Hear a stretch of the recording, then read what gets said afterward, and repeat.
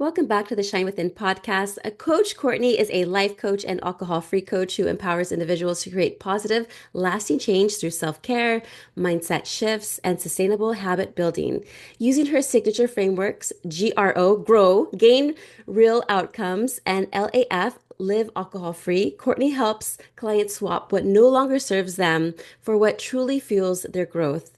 Her own journey to living alcohol free revealed the power of small, intentional changes, and today she inspires others to prioritize themselves, cultivate confidence, and embrace a life that feels as good on the inside as it looks on the outside. Her message is simple yet powerful. You are worth it. I love it. Yes, we are all worth it, aren't we, Courtney? We were, yep. Every post I write, everything ends with that. Yes, you are so worthy. Oh, I don't know about you, but for me growing up, I didn't have any worth. I felt worthless, and I just felt a lot of shame, low self-esteem, low confidence, but that all changed when I stopped drinking. Mm. But can you go ahead and take us back to the moment you actually realized it was time to live an alcohol-free life and how that decision started shifting your entire life? Yeah, I totally can. Thanks for having me too. It's so great to get to know you. I love all your work. So I think we're a great match.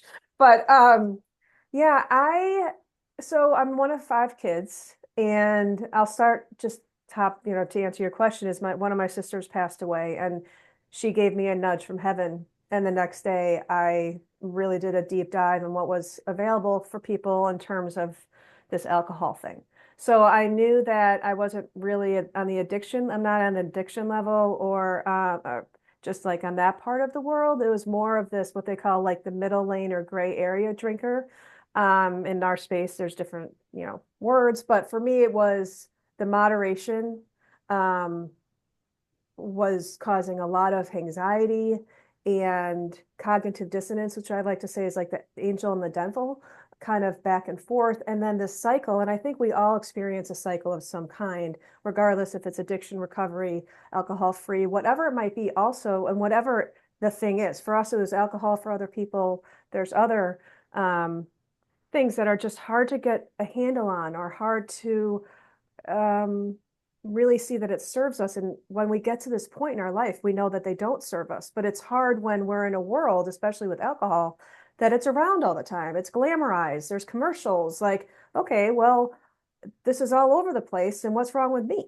Like, what, if I can't moderate the way that I want to, what does that mean? So you go down these questions. And for me, I've had many chapters of my life. I'm turning 50 this year of alcohol when I look back on it, but I've worked through like the dark stuff, like the shadows. Um, and I don't really do on posts or even just talking. I don't do before and after because I've always lived my life to like who I am today and moving forward. And that's what coaching's all about. It's really about where you feel today and what you want to work through. So for me, I had been doing it already. Like I was a health coach and then a life coach and still fitting alcohol in. And I knew deep down that it wasn't serving me, but how do you change that in a world where it was COVID actually too? Um, at those years when my sister was sick, she had cancer and um, I think we're all just kind of trying to navigate COVID. I kids at home and this just was it was a thing. But for me, it was as a coach, and I truly believe as a good coach, you really do look inside. You look within, you practice coaching, you just go through a lot of like what's serving you, what's not serving me. And alcohol was just that always like that lingering thing of like, okay, well, and this is probably, now the science is coming out and now we're learning about a lot of things. This is before that, right? Of like, it's not really serving me, but like what else is out there that um would help me with this? And so I tried moderation apps. Those were coming out, like you could track your drinks. That gave me more of cognitive dissonance than not drinking now. Like it became this sort of like, you know, cycle of does it fit how much, what kind? And then all the branding came through of like low alcohol, these like skinny cans, all these things. I'm like, oh, I'll just fit those in. Oh, organic wine, so now you're in my mind of like, okay, I can fit this in, I can do this, I can take a whole 30 or dry January. So it just was too much energy. It was too much space, and really living in alignment now, like totally living in alignment, is living alcohol free for me. Though when I started this 30-day experiment, and that's what I landed on after I got the nudge that next day, I'm like, okay, let's do 30 days without celebrating with a drink. So I had done like whole 30s before. And on February 1st, I typically did it on January, I would have a drink, go out to dinner. And I'm like, okay, this time we're not going to make that plan. Like, this is going to be different. And I'm really going to coach myself, and I'm really going to figure this out. And I had, when you enter this space, you get to, connect with different people, and then you see what this new narrative is all about, which is really exciting. That it's a thing, it's on trend. There's mocktails on menus. It's like people talk about it now, the health and wellness around it. So I picked a really good time to like start this back in 2022, 3, 4, yeah. And it didn't. Oh, so when I started that 30-day experiment, it wasn't to quit forever. That was not my goal. Because that was daunting to think about that. And it wasn't, I know for some people it is their goal and they want to never do it again when they start. But for me, I was not in that space. I want to feel better, and I want to make sure it serves me. And I just kept going, and I asked the right questions this time. Does it serve me? And why would I bring it back in? And so then I started to slowly go through my journey of like the 30 days, and I added another to 15 days. And I started listening to more podcasts and understanding the science. And then around 6 months, I pivoted to help others in my coaching practice. Because as I mentioned, I was a life coach already. And I'm like, you know what? I'm going to help other people with this. And that was a pivotal moment because that was my purpose. So it wasn't just for myself, which was super important because I feel like this journey and all journeys, we should be the focus on ourselves. But then when we start to give out and give to others and like talk about it online and share my story and like, hey, I'm doing this thing and I'm going through this and this is what I'm experiencing, I think it gets smaller in terms of in a good way. Like it just feels more attainable, and it feels like, okay, this is something. So then around um, I think it was about 6 months, I decided to commit to a year, and like just took all the guesswork off the table. As I like to say, for all the reasons and all the seasons, good, bad, birthdays, Christmases, everything. I just wanted to have a full year to experience living alcohol free. And then I just kept going. And then now this was fun. I just a couple weeks ago crossed 1,000 days, which is the comma club. So I love when people talk about the comma club. So it's 1,000. So my family went out to dinner, and I feel like that was my flag in the sand of like, I knew that I wouldn't drink again, but I always have been a milestone goal reacher. And that one I put on my calendar like years ago. I'm like, 1,000 days. That seems like a really long time. And then I just kept seeing it on my calendar. I'm like, okay, this is awesome. So for me, it was that, nudged my sister in heaven. We were really close, and life is a gift, and alcohol just isn't healthy for anyone, quite frankly. Whether you feel like you're moderating or not, or I'm not anti-alcohol. Friends still drink. My husband still drinks, much less now. I'm not anti as much, but for as a mom too, it's like to show my kids to make a change and to give to others and to help others who want this change. It's really feels very purposeful at this chapter of my life, and love helping people. I love talking about it. And for me, the one of the biggest things was like that habit swapping that is so important, and just to be ready and prepared, and yeah, and I love it. So that's basically a really big story in I hope a short time. But Oh, I love it. yeah, thanks. Thank you for sharing that. And my condolences about losing your sister. I can't Oh, imagine losing my sister. Oh my gosh, she's like yeah. everything to me. Yeah, But I'll tell you though, it's thank you for that. And she did show us with strength the faith that she had. So she was diagnosed. So she went to the doctor. She lived in Arizona, and she had a like a pain in her calf. And she was gonna walk the Grand Canyon or hike the Grand Canyon for her 60th birthday. That was her plan. And this calf, like, it was just like this kind of ball. Like, she's like, this is wrong. Something's odd. So they found stage 4 cancer when she went in. There was like blood clots everywhere. And she was given 3 to 6 months to live, but she was with us for 18 months because she had already been alcohol free. She didn't drink. She didn't do drugs. She ate really well. She did yoga before it was a thing. She had a meditative practice. Her church is a really big part of her life. Faith literally gave her so much more time on this earth, and now it gave her peace at the end. Mhm. So it really showed me, life beautifully lived, of course, short, like we didn't want her to go.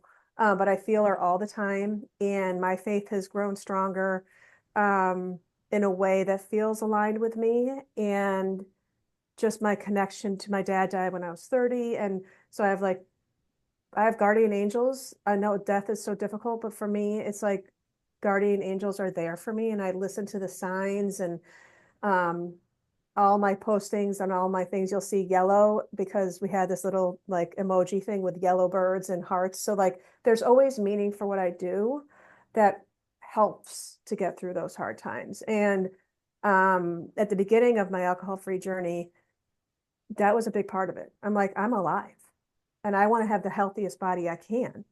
And let's keep this going. So I think when we have these tragedies, and really hard, I mean, really hard, but we can reframe it in a way that our loved ones, she's proud. And I know that this journey I'm on to help others is definitely um, bigger than me, and, a beautiful connection I had with her. Yeah, she was the one who gave you that nudge, right? She was. Yes. Oh, I love it. Now, you also talk about building self-care habits. Why Mm. do you think self-care is the foundation for creating lasting positive change? Because I feel like a lot of people just give to others a lot all the time. And I think when you're a mom like me, many siblings, huge families. I used to be a teacher, so I've been always in a profession of giving to others as a foundation. I think that self-care piece is so important because, it's the oxygen mask analogy from the plane, like you put one on yourself first. It's the fill your own cup, because we really, when we give ourselves whatever self-care might be. Like it could be many moments of joy. It could be um, a relationship with the cell phone and social media, anything that serves us in a way that gives us time and brings our nervous system down, and the self-talk and all the things that you talk about. Like, I think that's so important. That all to me is under self-care. Even getting a mani-pedi. I think you're carving out time for yourself. You're enjoying it. You're relaxing. I think all this is so important. And then we can give to others from a place of abundance versus that scarcity feeling of like, I'm going all the time. Where's time for me? And then if we don't do it, then what I always talk to my family about is staying out of R&R, regret and resentment. Because if you're staying with something maybe too long, then my sister taught me that R&R, another one, because then you're kind of in it for the wrong reasons, if that makes sense. Like the self-care is that antidote, I feel like, to stress and overwhelm. And when you see yourself, like for clients, we always book self-care on their calendar because then you see it, you're like, oh, that's my time. And so if something comes, we have that ability to say no. We have to say yes to ourselves, no to others, and that's okay. We have the ability to feel good about it and say, you know what, this is helping me. I think a lot of people have a hard time with that. I think they have a hard time saying, I'm worthy um, to give myself time. There's some guilt that comes with it when I work with people on this. They're like, well, and like, well, because you are worth it. That's where that phrase comes from, because then they're like, oh my gosh, I feel so much better helping. My energy is positive because I've given myself that time to just feel good and nurture ourselves. And I think that's something we're not taught, possibly. And I think it's a really another reason that I'm here is just to confirm that it's important to do that. Yes, it's so important to take time for yourself.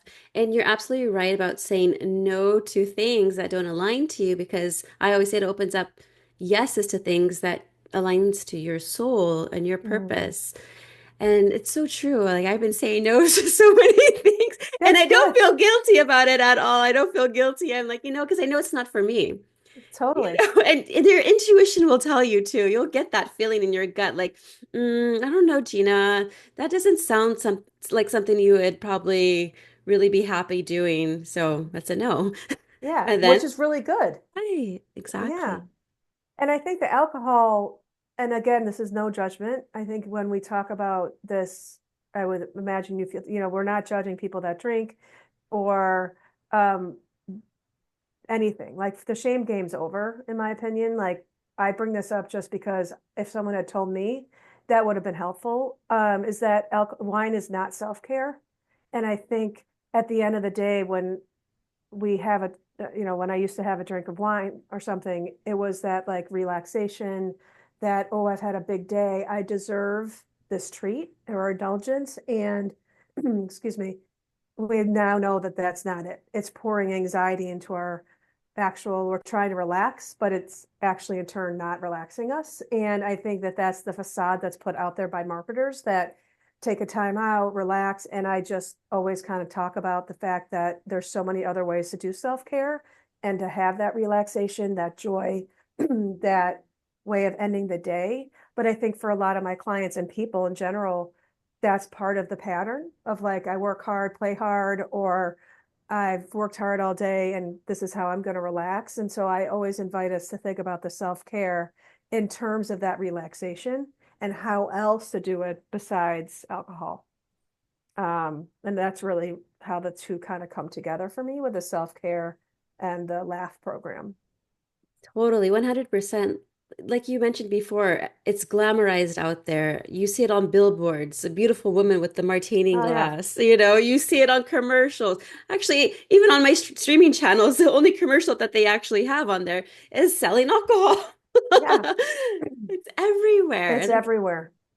yeah, but like you said, finding different habits that feed your soul, that make you feel good, that light you up. Like this morning, for example, I did a nice breathing exercise and it grounds me. It helps with my nervous system. I receive better oxygen and I Same. just feel better. It's like my quiet time. And it's, again, taking care of myself. And that's something that my body loves. And so it's a non-negotiable. Breath work is non-negotiable for me now. Yeah, me too. Me too. Me too.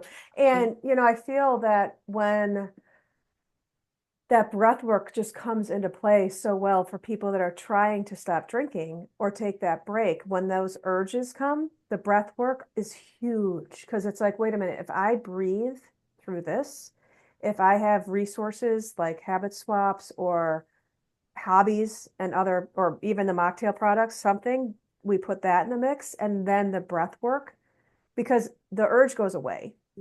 And that's part of the work is like figuring out what works for everybody.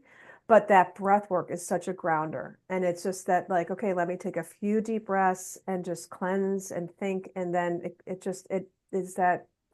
I mean, our bodies are so amazing that way that we can just instantly go into breathing. And it's like, Feel yeah, better now. Yeah. yeah, yeah. Yeah, and I love your GROW framework. It's gain real outcomes. Can you go ahead and walk us through what GROW is all about and how it actually helps your clients see real sustainable results? Yeah, sure. So that's my life coach program. I've gone through different iterations of it, but I love acronyms, obviously. Um, and it used to be SOS, sort out your shit. And I then love that. and that was fun too, but then it was like then I would use the poop emoji a lot, but then it was kind of gross too in a second. Like I don't want to sort, but so we came up with grow, and actually I think I've even changed it. It's get real outcomes, gain. Either one is great. And the idea is that it's really both laugh and grow. And I'll tell you how I came up with laugh too, but it's really about what's your goal and let's do small steps. So even if the goal is to change careers or let's use, fitness or get into a movement, schedule. Like that's something I really help people. Again, it's like carving out the time. But I'm feeling really overwhelmed. I don't have any time for myself. Typical, I'm a hot mess. I get that a lot. I'm a hot mess. I feel like I'm spinning. How do I? So we just like start small. And so the getting real outcomes is real to them. And to notice along the way that, wow, this does affect my nervous system. I am doing this breath work. The breath of joy, I love that one. You like throw your arms up and you breathe it out. You know, the stress in our country right now, I live in Boston, it's just really intense for a lot of people. And so the working with people right now, let's call it versus like 2 years ago versus COVID. I've been doing this for a bit, like 6 years. You know, those external stressors are there. And I think it's really important to acknowledge it and then focus on what we can control. So that really is like the real outcome part of it is the real outcome for you in your life that can fit in your life versus um, go, go, go, and we just tweak a little, a few things and you're on your own. Like they're so supported when they come to me that we're able to just carve out little pieces in different areas of life. So there's this like big picture happening, but they feel like happier and more joy because they're recognizing, wow, these little wins do add up. Like they really add up. And I love that. And then we build the momentum for the bigger goals, but we really do start small. So the outcomes feel real and sustainable. And that's really for both programs. But the sustainability part is where I kind of land my flag too, because I think there's a lot of shiny objects out there, like, oh, I'll try this and that. But when it comes down to it, it's what fits into your today, and then we can work on your tomorrow with it. But let's start today. Like your breath work this morning, perfect, right? Versus like somebody who's like, wait, I feel no judgment, but like his example is, I feel really stressed. I'm going to look up like a yoga retreat. That's fine, but let's like breathe right now. Right. Like, how do you feel right now? It's like those mini moments, those habits that we can create to work on all of you without feeling overwhelmed. Yes, enough without feeling guilty that we're taking care of ourselves. Because many Exactly. women always feel guilty and say, "Oh, I'm taking care of myself. I shouldn't be doing that." No, it's the conditioning of the world. It's like we're supposed to be taking care of everybody else, but how can we take care of everybody else if we don't take care of ourselves Yeah, first? totally. And our health and that, unfortunately, when we don't do that over years, that will come back in in our health. Like One, it's really important to like figure out stress management and care for ourselves. And yeah, and that's why mindset plays such a huge role in my transformation and many others' transformation as well. How do you actually use positive mental attitude with your clients to keep the momentum going even on like tough days? totally. So PMA is my life motto. My dad and sister, so the two people that are in heaven, we shared this together, and it was about reframing. That wasn't really a word when I was growing up, but that's really what it was. It was like looking at the silver lining in hard times. And so my dad taught me PMA. He's like, it's positive mental attitude. And now there's toxic positivity. It's not that. It's really about when we're in a hard time or things are challenging, to have PMA as my foundation, it just brought me through in a way like I have a choice. I can look at things with a positive lens, or we can look at it with a negative lens. And I've always just was taught how to look through it with a positive. And for my clients, the really that comes through with the accountability of if their movement's a great example. So if we're trying to get into a movement routine, life is busy, kids are busy, work's busy, and that just great intentions, we're just not doing it. It's just hard. So my PMA is like the cheerleader in their life. Like we can do this. Let's make it work for you. Let's start with 10 minutes, then we can increase it. And um, the PMA part is it's okay that you didn't do it. What did you do? Let's celebrate your wins. Like, oh, actually, I walked up the stairs instead of took the elevator. Awesome. I parked far away, and recognizing that these choices are giving you that momentum. It's just my job to help them see that. versus, well, I'm not doing it as well as somebody else, or I used to do this, or now I'm so busy I can't. So we really break down their goals, and then we get to them to that place of what they wanted to do originally. But on the way, what I love is they're like, oh, you're right. Like, this is really good. Like, I'm actually doing something for my body and my mind, and I'm recognizing that now. So let's take a marathon runner, for example. Um, I just had someone, I was just working with her, and she said, I don't do much self-care. I'm like, well, tell me about your running. Like, I feel like oh my God, I didn't even think of it that way.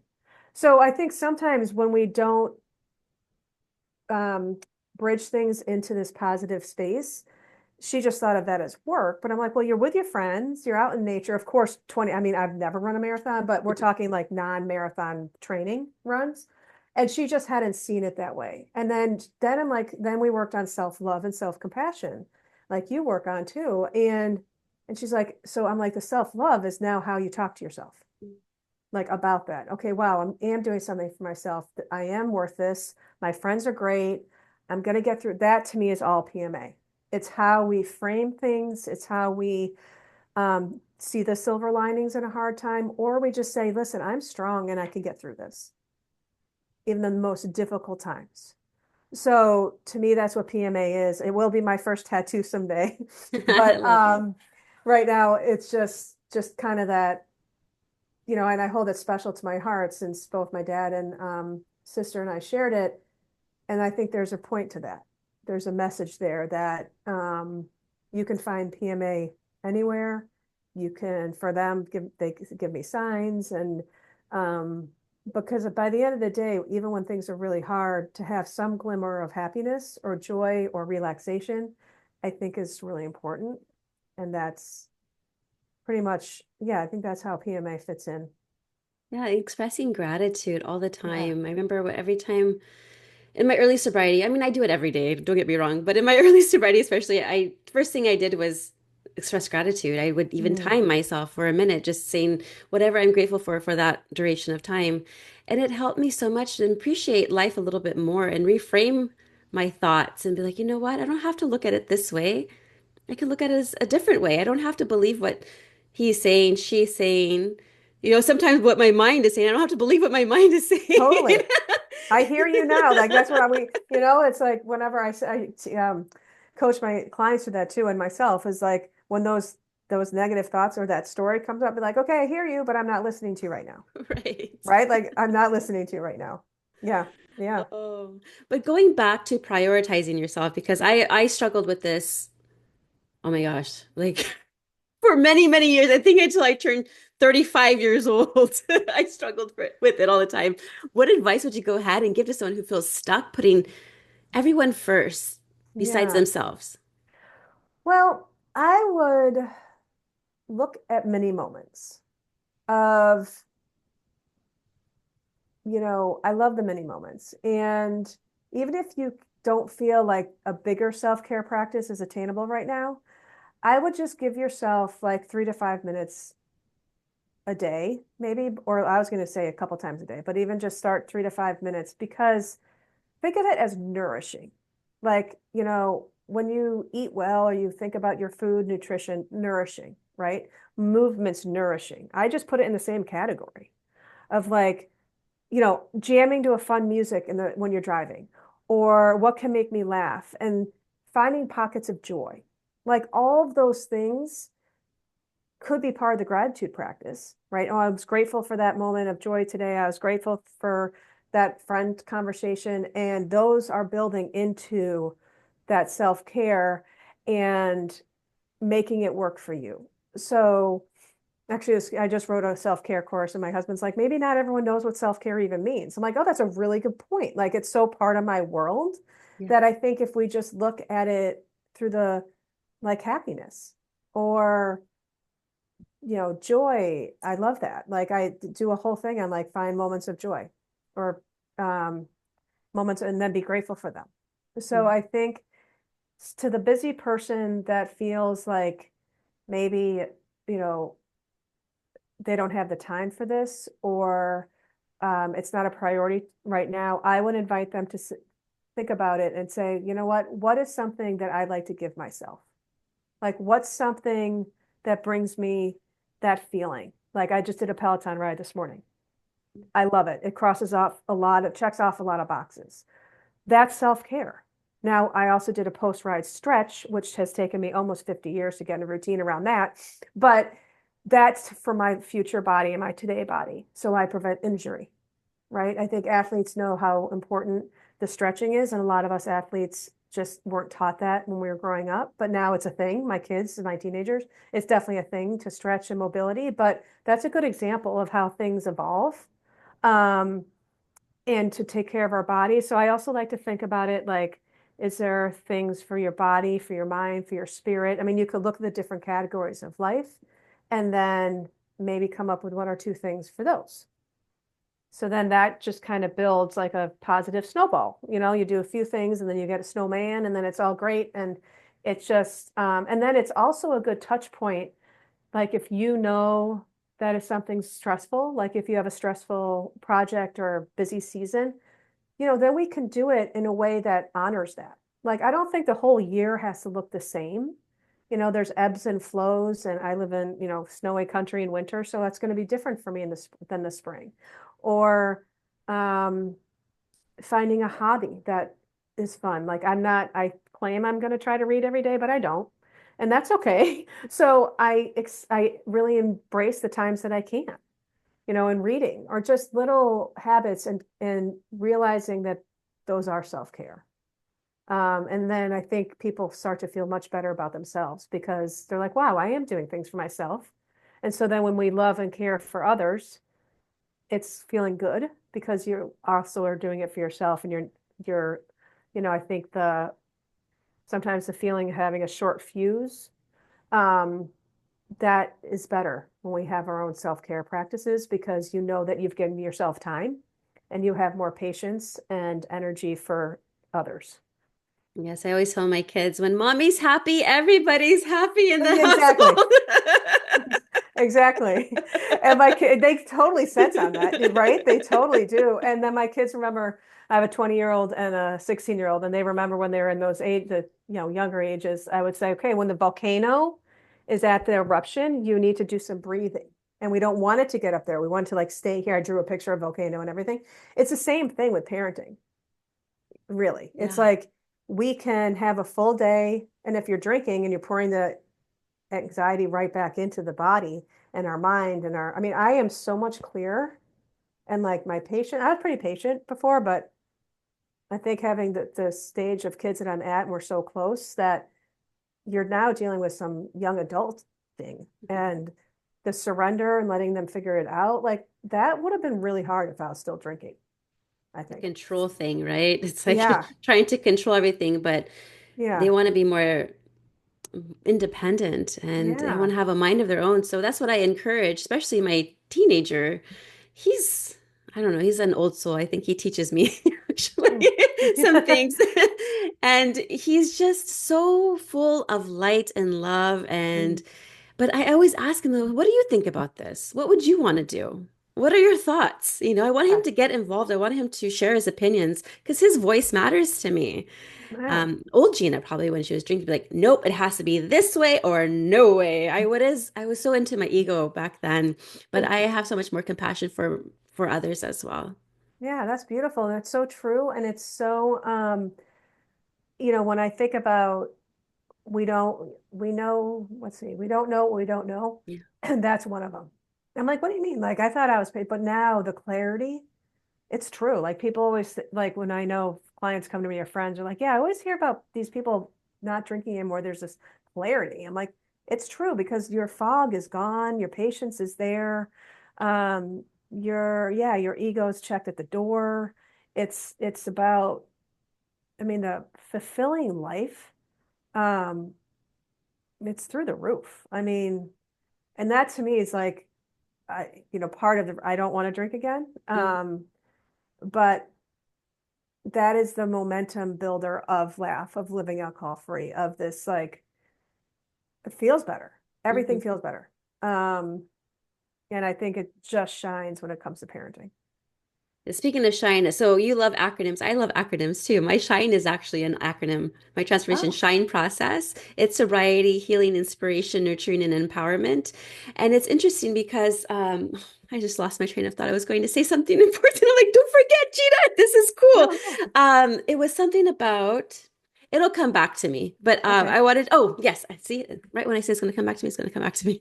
perfect. So it's a holistic approach, building a life so fulfilling that you no longer want alcohol. It becomes irrelevant, in other words.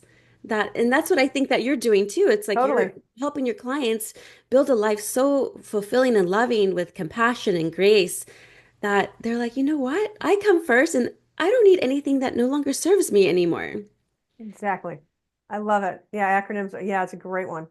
Mine was so my first summer living alcohol free, I wanted something. Like I knew I wanted something, something to like not the why, because you when we start this journey or even anywhere on the journey, but I think in other parts of life too, what's the purpose? What's our why? Why are we doing this?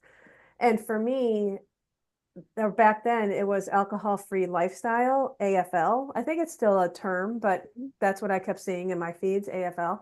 And I'm like, wait, I don't want to focus on alcohol-free. Like I've already like for alcohol was fitting it in too much and taking up too much energy. Like for me, I'm like, oh, I'm just going to reverse that.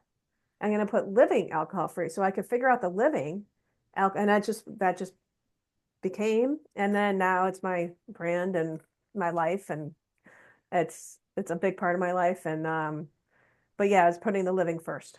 Very similar. It's because I think the trap comes into the moderation piece for people that when you're taking a break from alcohol and wondering if it's coming back, it's like, well, I'll just moderate or I'll just try. And for my clients, it's really about like yours living alcohol free. Let's just like see how that goes. Um, and the goal is to see that it's not serving. Yeah, and what are some of those signs someone can or who might notice if alcohol or even another habit is no longer serving them, and how can they go ahead and start taking those first steps towards change? Yeah, I think it's when you're thinking about it a lot. I think Yeah. the feeling is, I've been in a lot of coaching groups. There's a lot of us out there that are here to help people because we understand how hard it is and to have someone in your corner to walk through it with you. Um, and a lot of the similarities are that like angel and like the voices in our head, like, and if you drank more than you had planned the next morning, that anxiety is really real. So I would invite people to think like, are you maybe not hungover? Because if you're my age, you kind of figured that out by now, but um, or maybe not, but like if your mental capacity is different, like in terms of your thoughts and the anxiety, and you're not maybe one to be prone to anxiety, or you are and it's much worse after drinking, that is literally called anxiety. And that is a sign to say, you know what, I think I might be a benefit me to take some time off and to really look at my relationship with alcohol and is it serving me? And I think we only know that when we remove it versus the moderation piece. I don't coach to moderation. I don't believe in it. I think I actually read, I remember years ago on my Instagram feed, it was like people that moderate actually don't call it moderation. They just don't drink that much. I'm like, Yeah. oh, interesting. um, Here I am naming this and like, but I'm like, that is really astute. That's really smart. And it's true. So moderation by definition is like 1 or 2 times a year. And then now with the new health warnings and scientific based, there's zero alcohol safe, zero. So that is changing. It's widespread. It's going around. I have a few friends in other countries, and it's happening everywhere. That it's not. They're seeing the damage that it causes in our body and in our brain. So this narrative is picking up, and it's shining a light on the alcohol as a substance as well. So the problem is too is that it is an addictive substance if you're addicted or not. If you're not addicted, it's still an addictive substance. And that's what's really tricky is that you can be the best planner in the world and I'm just going to have one or two. It's the alcohol that wants more of it. Mhm. So that's where the anxiety can really come in for people is, well, geez, I just thought I was going to have two and I had 5 or 6 drinks. Then you go down the rabbit hole the next day. Those are the people that I'm here to also, we're here, but both of us to like support you to know that that's not you. It's the substance, but it's the best time in history to take a break from alcohol. And it's the best time in history to be sober. And it's the best time in history to laugh. Like it is 100% in the history of alcohol, the best time because it's not, I'm hoping that that question, like when I say, oh, I don't drink anymore, I'm alcohol free. Oh, wait, what happened? Like there's always that question. That question's not going to be a thing anymore. Almost like smoking. Oh, okay, good for you. Yeah. Um, I think that's changing, I'm noticing, in the younger generation, especially, of people that are just not drinking for their health reasons. And that we're seeing a lot of. Um, so what's nice about that is that this narrative is wider and it's being talked about. And um, I think that lessens the shame around it. I think Yeah. there's more of a like, okay, wait, there's other people making this healthy choice. Like, let me try to figure out what that is about versus am I an alcoholic or whatever else people are Googling. And so I think the questions are becoming more aligned in the health and wellness space. Um, so I would have people, you know, think about, I would just suggest for my personal belief is instead of trying to moderate, maybe take some time off. Mhm. And and the people that I really am here for, I think too, are the people that have tried before and went back to drinking for whatever reason and just know that we're here for you too. Like, and that's who I've been helping a lot lately is like someone who had just stopped for a few years and went back. And she's like, I want to get back to that. And so just know that people are here for you. Like it's okay that you went back and let's just start again. And they're actually really great to coach because they've been through it. They know how awesome it feels. And so they just need a little nudge to get back. I think those folks that I've talked to, that's hard Mhm. because you've been there, you progressed, and then something happened, positive or negative, that you thought an alcohol um, could help, or and then or moderation was a thing. That's a dangling carrot too. I think I'll just try to moderate, and it's a slippery slope for a lot of people.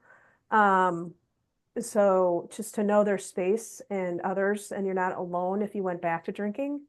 And I talk to them too. Like it's really important, and that's the self care. Like let's talk positively. Okay, I'm going to start again.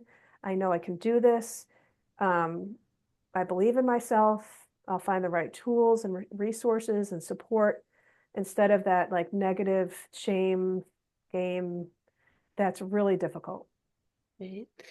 And I always, in my early sobriety, actually, no, not in my early sobriety, when I was in my drinking, I would question myself, question the drink. Why do I want this drink right now? Mhm. And it really came down to me building confidence. It was like liquid courage because I had Totally. so much low, like a low self-esteem, low self-worth, everything. Actually, no self-worth. And that's why I wanted to drink because it would make me feel good, but then it would make me feel horrible. And it wasn't me. I really had to learn to love Good, myself. Yeah. good for you. Yeah, that's hard. Questioning the drink for sure. Yeah, so hard. And it's so many people like the liquid courage, the social connection. They're thinking if they don't drink, there won't be social connection. That's real. Because if your world is full of drinkers and that's where you connect, then that's hard to picture. Hmm. That's where coaching really can help and communities and um, just like-minded people because you're not alone. Like someone listening to this, you're not alone. Like most people, I would say, I think, the recovery side or the alcohol-free side, that's a thing. Like, okay, well, where am I going to hang out? Like, what am I going to do? I'm not going to stay home all the time. I'm not sure how to do that. So there's the social connection, the liquid courage that comes up all the time. There's the rest and relaxation. Like, I'm not really sure how to. I've always had a glass of wine. I'm not really sure how to. So I think there's a lot of teaching here. There's a lot of evolving. And then, if there's the confidence piece of like, what is self-worth? Well, that's where, people like us and other professionals can help to help you build that and feel good and work on it. And that's where that you are worth it comes up because, there's a lot here, but it's also you are worth it. And alcohol is that quick fix. It's that quick dopamine hit. It's all the things, but then it's just not the thing. It's not Mm. the answer. And I think that's where the light, I love yours, but it is that shine, the light is shining on the no value of alcohol. I think before in the history of humans, I mean, the alcohol with humans, it was this like jubilation, celebration, and then you have the high price things. Like there's a lot of um, societal pressure on what alcohol actually could mean too. But once you remove it, for everybody, it's like game changing. It's Right. really game changing. And it's just awesome to see that. So I think there's the curtain has been pulled on the alcohol as a substance and the glamorization, as we talked about, and the deceitfulness of it and the pain that it causes people and the health risks that it causes, 7 kinds of cancer now. Mm. Um, right now, I mean, who knows what else they're going to find and the effect on the brain. I mean, once we get there. So I think when people are going through this change and trying to either live alcohol free or take a break, these are the things that can help actually. They're the science can really help. You're like, wait, what am I pouring into my body? And do I really want that? And then the second question would be possibly is like, if I do drink it, what am I actually drinking? Like, what is the toxin in there? And that's when that like could really help build the neural pathways in our brain that we realize that it's a poison. It is a poison. So Let's start giving ourselves some wellness shots instead yeah, of those wellness alcohol. shots, sunlight, right, all the good stuff, right, right. And then we feel great. So, it's and I do feel for me the mocktails, the products really did help me. Like as I mentioned, I did pick a great time to do this because all the products were coming on the market. Those really helped me because I don't drink them as much anymore, but you know, just they did have a relaxation agent and I do like them. And they're just like adaptogens and things like lion's mane, that's good for my brain anyway. But it was cool because for me, wine was a habit of in terms of like um I was interested in wine, like as a product, a vineyard of this or that, what color, then rosé came in. I'm like, okay. And then I'm like, wait, if that's interesting to me, let me be interested in this product and let me like start studying that. And so that's a good habit swap example of like if you're into different drinks or whatnot, come over here and like look at the different types of drinks you can have. Some clients come, they're like, listen, I don't want to like start drinking all the sugary stuff. I'm like, I get you. And so there's a lot of, low sugar ones, no sugar ones. So use that time that they used to use with alcohol and just swap in like the cool 0 proof drinks that would be fun to make and enjoy when you're out and stuff. Cause now they're out in the bars and restaurants. I mean, they're just totally available, which is great. So Yes, I'm a big fan of seltzer water. I yeah, love me too. seltzer water. And I can just put whatever I want inside of mine is alcohol, of course. Yeah, totally. And I think even that, it's like, the that is right? That's self-care. It's like I love it. You lit up. I love, and I actually love it too. And um, so those little moments, microbursts of joy, that's the dopamine hit. But you're still getting it. We're just not putting in this Poison, poison. like you said. Yeah, it is poison. Yeah. Yeah. Anyway. Oh, Coach Courtney, well, thank you so much. Can you please share with our listeners where they can connect with you and even share some of those free goodies that you're offering as listener gifts? Yes, yes. So a lot of things are on my website, which is PMA coaching.com. And so all of my self-care freebies are on there. I have a journaling freebie actually that is, I think people, as you start making habit changes, journaling is a really nice tool to just kind of put all your thoughts down. And actually one of the exercises I love is just write everything down and then burn it. Like you don't have to save everything, but it's just a way of just brain dumping or getting all the emotions out or just I love journaling. And then I'm actually putting most of my time right now, the next couple months on Instagram. I'm on a few different platforms, but I'm just going to spend some time there. Awesome. And I will have everything in the show notes. But any last words you would like to share?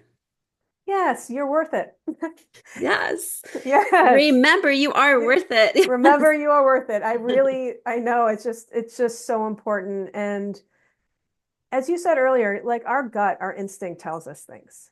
Mhm. And sometimes, you know, we want to quiet it because it might feel overwhelming or the change might feel like a lot. And that's why I invite people in my space, especially to like, don't think of forever. Like if you're looking at alcohol and you're wondering about taking a break or you're just curious about this and you're in a safe place in your life to do that, just, you know, think about that and just start there. I think the forever question is really difficult, and that actually turns a lot of people away from listening to their instinct. And um, that comes with time, and I invite people just to listen to their instinct and know you're worth it and carve out many moments of self-care, and joy. And yeah, just remember you're worth it. And alcohol's not. Beautiful. I love that. Well, thank you so much for being on my show today. Thank you for having me. I loved our conversation. I I really love appreciate it. my pleasure.